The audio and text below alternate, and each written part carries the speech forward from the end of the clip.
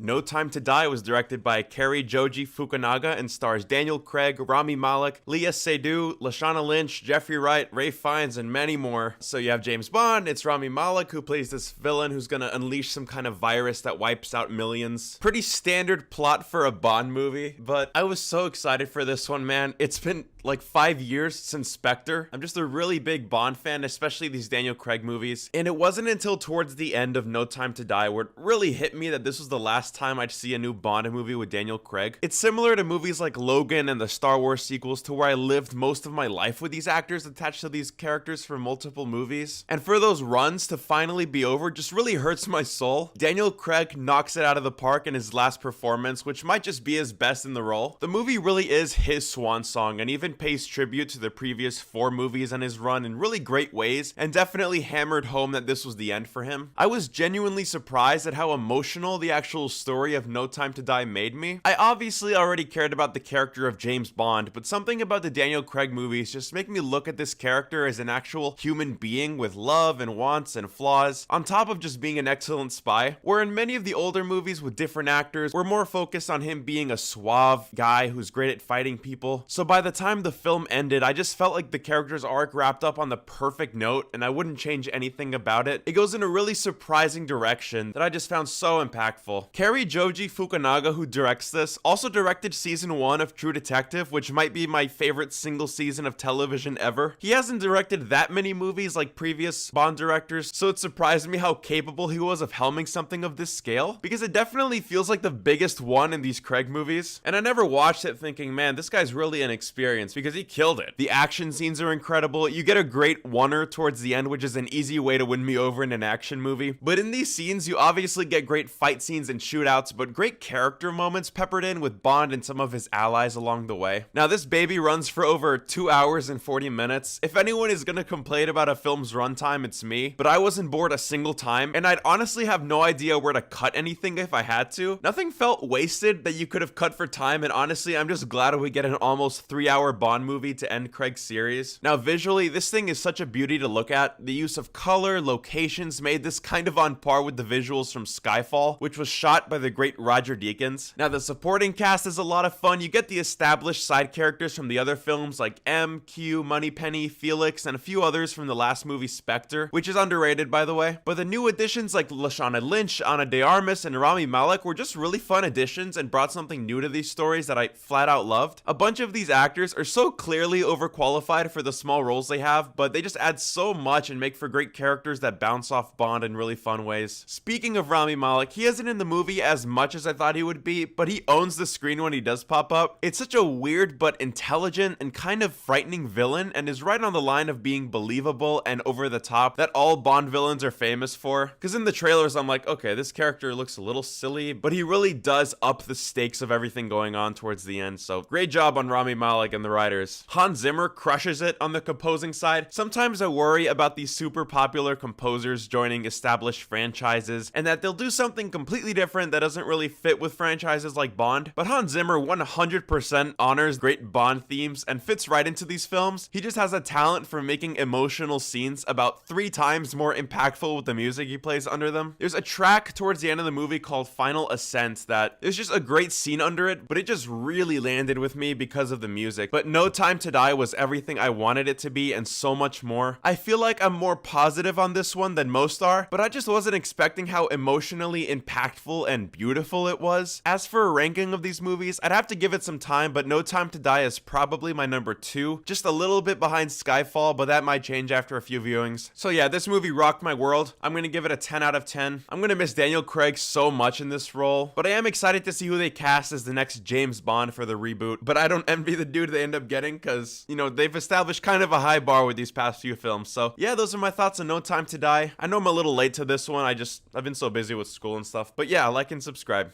Goodbye.